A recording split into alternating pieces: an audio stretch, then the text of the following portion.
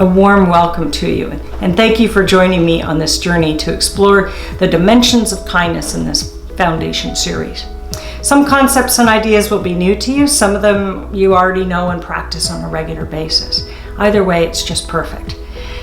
What I would like you to think about is how can you contribute to each individual session? How can you reflect on your learning in the coming week? What can you share with somebody in your home or with your friends and your family? How can you take one concept and share it with another colleague and have a deeper conversation and a deeper dialogue on it? You know, it's really important that you understand that we're not here to teach you anything that you don't already know how to do. This is really about awakening inside of us the depths of kindness that we already know how to do. You are already innately kind. We all are. Science has proven that our DNA is wrapped with kindness and compassion. We've needed that so that we could survive as a species and not just be able to survive, we also want to be able to thrive. And how can we do that? Knowing a little bit more around the kindness concepts. So if you kind of think of us people as oranges, and if you imagine an orange, and if you cut that orange in half and you squished it really hard, what do you think is going to come out? You're right, lovely sweet juice. I'm not so sure if you push me up against the pressures of life and work and squish me really hard that lovely sweet juice is going to come out. In fact, I can pretty much guarantee that that's not always going to happen. And that's the challenge, isn't it?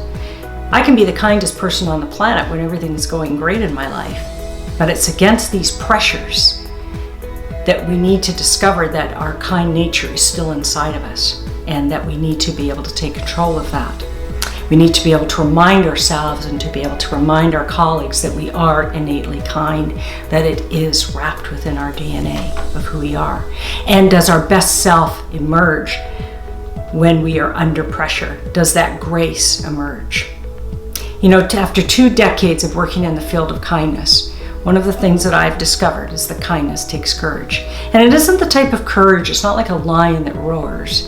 It's the type of courage that's a still small voice. It's a small nudge that says, I'm going to get up tomorrow and I'm going to do this again because what I do matters. I know that I make a difference, one person and one kind action at a time. So what we need to realize is that we're all in this together. How do we, as a group, foster a culture of kindness? And one way to look at that is to think about your job description. Your job description is about the tasks that you do. What about if you add a little bit of kindness into that? It now becomes how you do your work, not what you do. It's about how you think, how you feel, how you act about the work that you do on a daily basis and with each interaction. If you think about fostering a culture of kindness, culture is what happens when you aren't thinking about your work. Culture is a way that you see your work through a shared lens with your colleagues, through shared experiences, through shared values, through shared behaviors. What kind of culture are you wanting to foster around kindness? So here's a question I want you to personally think about. If someone were to ask you what kindness looked like for you, what it looked like, felt like, sounded like, and how you act when you are being kind, what would you tell people?